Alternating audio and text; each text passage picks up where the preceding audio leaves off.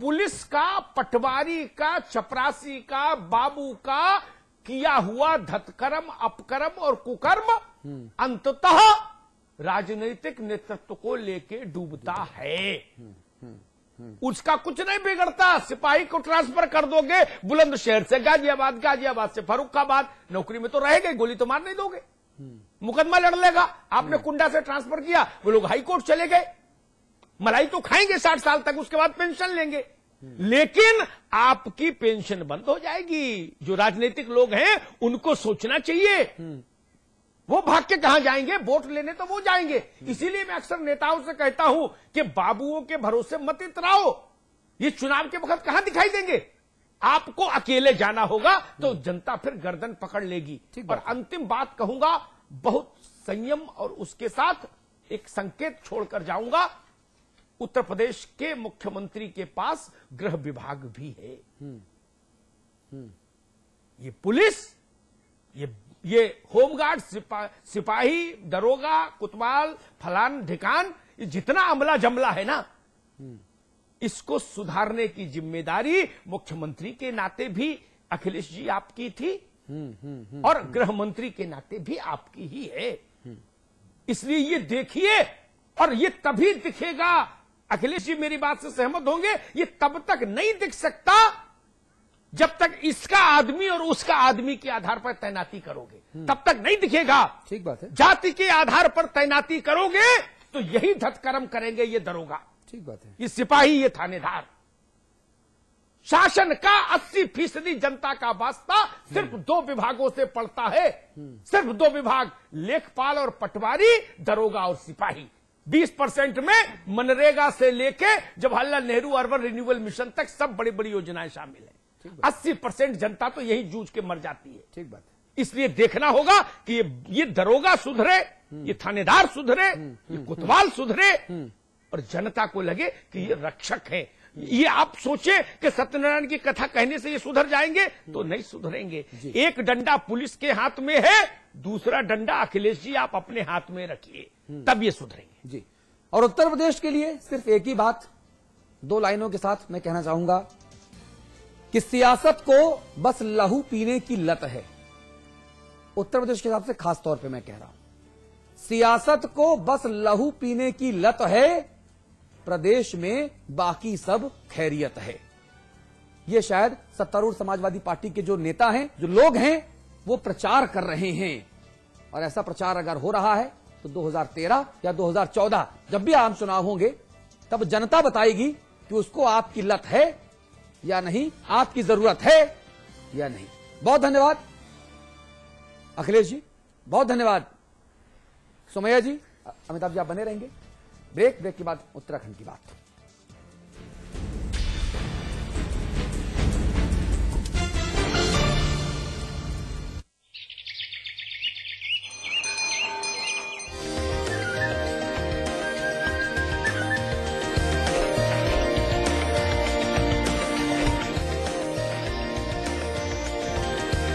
Pentagon mall Haridwar Uttarakhand का सबसे बड़ा मॉल और मल्टीप्लेक्स निर्माता सुपरटेक।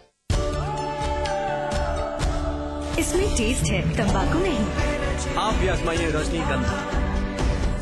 रजनीगंधा रियल एस्टेट, हॉस्पिटैलिटी, ज्वेलरी और संगीत के कारोबार का सबसे विश्वसनीय नाम GTM ग्रुप। सभी बड़े शहरों में टाउनशिप, कमर्शियल स्पेस और ग्रुप हाउसिंग का निर्माण करने वाला जाना पहचाना नाम। जल्द ही पंजाब और झारखंड में करने जा रहा है अपना विस्तार। The destination of your aspirations.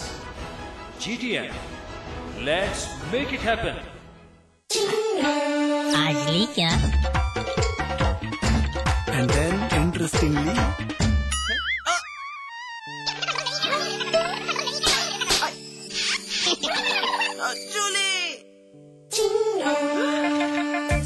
Refreshing mini gum. आज ली क्या? भूमि ग्रुप पेश करते हैं Vrinda elegance, an integrated colony at Vrindavan. भगवान श्री कृष्ण की क्रीड़ा स्थली वृंदावन में बसने का सुनहरा मौका। एहसास कीजिए ब्रजवासी होने का। मैं चाहूंगा कि जब जब भी मेरा जन्म हो वृंदावन की इसी पावन भूमि में हो। A unique project with world-class facilities just for you and your loved ones. Nalanda leisure Sanskar city At Vrindavan.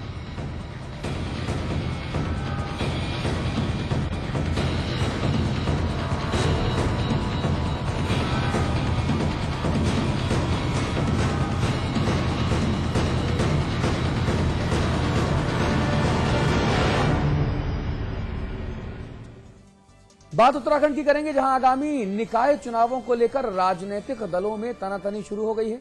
दरअसल ये तनातनी विरोधियों से नहीं है बल्कि अंदरूनी है, क्योंकि हर कोई अपने अपने चहेतों को टिकट दिलाना चाहता है। लेकिन भला ये संभव नहीं है। संभव कैसे होगा? तभी तो बीजेपी हो या कांग्रेस, चाहे बीएसपी हो या सपा, सब जगह किच किच शुरू हो गई है। इस मुद्दे पर बात करेंगे। हमारे साथ अमिताभ अग्निहोत्री तो हैं ही, इसके अलावा आपको देहरादून लेकर चलेंगे। हमारे साथ भाई सुरेंद्र अग्रवाल साहब हैं, आप कांग्रेस की नुमाइंदगी कर रहे हैं। बीजेपी की तरफ से जाना पहचाना चेहरा भाई रविंद्र जुगरान हमारे साथ हैं, और हमारे भाई अविकल थपलियाल साहब हमारे स्थानीय संपादक हैं। आप हमारे साथ हैं, हमेशा चेहरे में मुस्कान रखे रहते हैं और इस शो में उनको ज्यादा ही मुस्कुराहट बिखेरते आप देख पाते हैं। आप सभी का स्वागत है। जी हां, तो टिकट किसको दिया जाए, ये सवाल अब सियासी किचकिच का वायस बनता जा रहा है। आलम यह है कि सूबे के सभी प्रमुख सियासी दलों के भीतर अंतर विरोध शुरू हो गया है।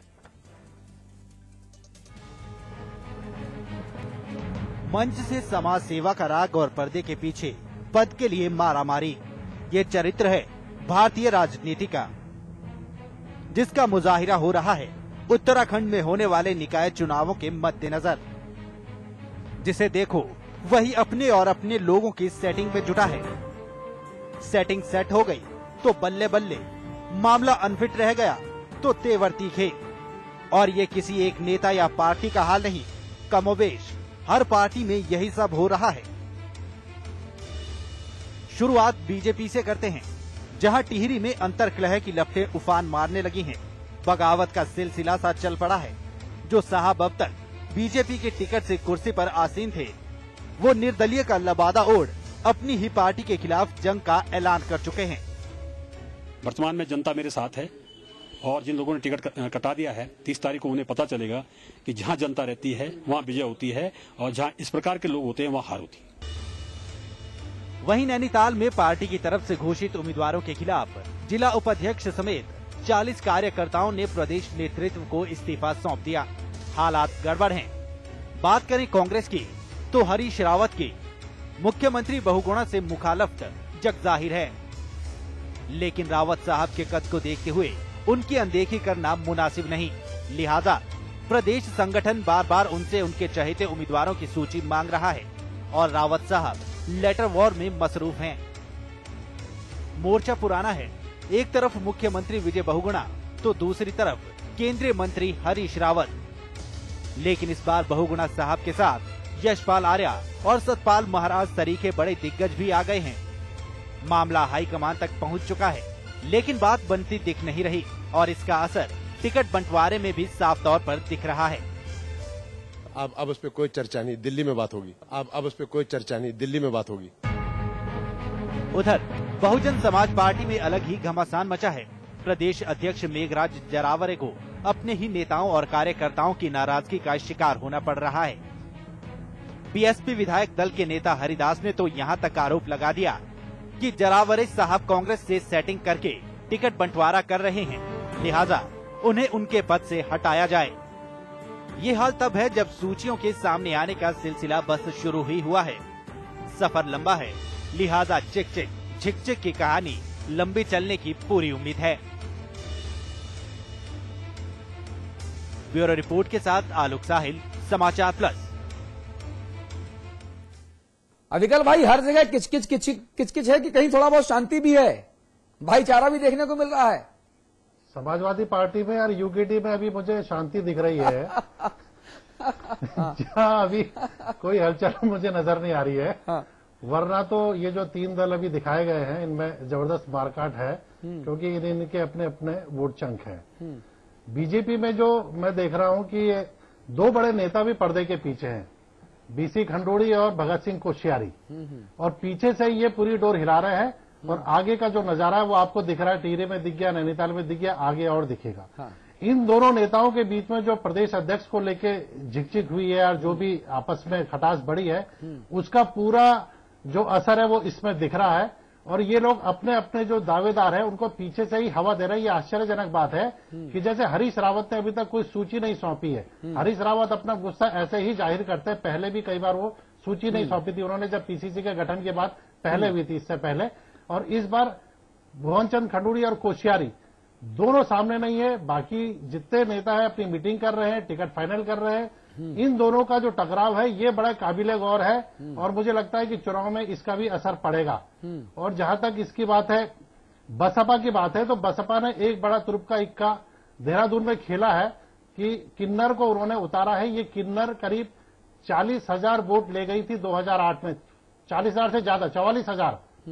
और लेकिन हरिद्वार में बसपा बहुत बुरी तरह उलझ गई है, जो कि उसका गढ़ भी माना जाता रहा एक तरीके से। कांग्रेस का आपको पता ही है, हम लगातार दिखा भी रहे हैं। अभी आगे में चर्चा में सुरेंद्र भाई भी बहुत कुछ कहेंगे, रविंद्र जुगरान जी भी बहुत कुछ कहेंगे कि ये जो लेटर आ रही है ना विकल भाई, दिक्कत यही कि सुरेंद्र भाई कुछ कहते ही नहीं, वही 3-4 लाइनें हैं उसी को रिपीट कर देते हैं। नहीं, वो निश्चित रूप से आज नहीं कहेंगे। मुझे लगता है निश्चित रूप से बहुत कुछ कहना चाहिए उन्हें। नहीं, निश्चित रूप से कहें तो अच्छा लगेगा। अभी तक जो चल रहा है निश्चित रूप से सब तो जरूर कहेंगे वो।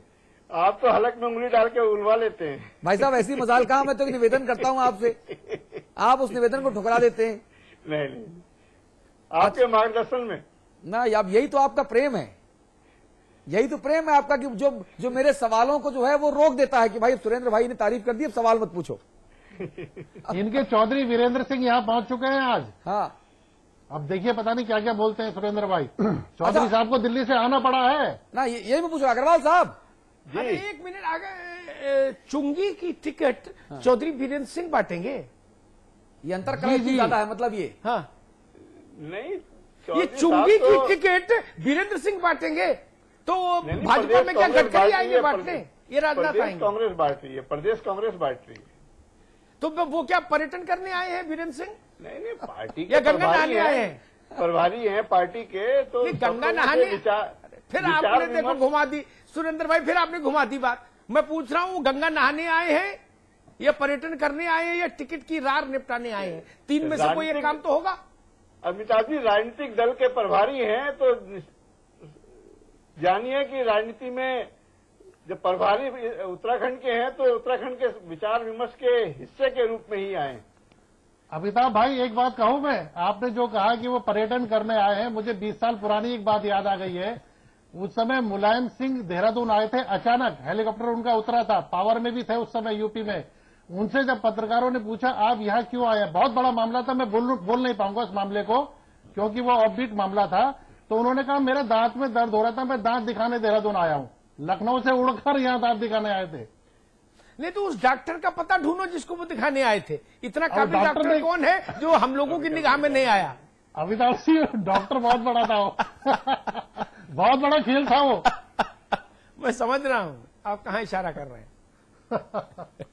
जुगरान साहब जी, बीजेपी में सब बहुत अच्छा होगा, मुझे ऐसा लगता है। आपकी जो मुस्कुराहट है और आपको जो दावे अभी आने वाले हैं वो ये बता रहे हैं कि बीजेपी में सब बढ़िया है। जो 3 छत्रप हैं, निशंक साहब, खंडूड़ी साहब, कोश्यारी साहब, वो तीनों एकदम बड़े भाई छोटे भाई मझले भाई की तरह आराम से रह रहे होंगे और सब कुछ बहुत बढ़िया होगा। बोलिए। है ना जुगरान साहब?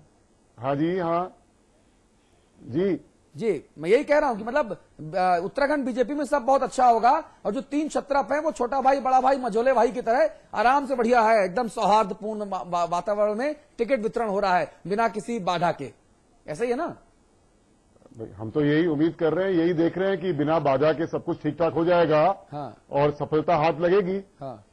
अविकल भाई जी, ये मिलन और ये सद्भावना शायद इसीलिए बीजेपी को भारतीय झंझट पार्टी भी कहा जाता है। अब जुगरान जी भी लंबे समय से यहाँ राजनीति कर रहे हैं, टिकट के दावेदार हमेशा रहे हैं। मेयर की बात भी चल रही है, तो इन सब यही पूछ लेते हैं कि आपका नाम क्यों नहीं आगे आता है? नहीं तो फिर उमेश अग्रवाल जी क्या करेंगे? वही जुगरान जी। अब जी, एक अनार है, कितनों को खिलाइएगा भाई? हेलो, जुगरान साहब। हाँ जी जी जी। जुगरान साहब, मेयर पद मैंने सुना है कि दावेदारी है आपकी बढ़िया। नहीं, अब जमाना दावेदारी की आवश्यकता नहीं है पार्टी में। पार्टी तो पहचान लेती है, पार्टी सबकी वक्त को जानती है, सबकी जो है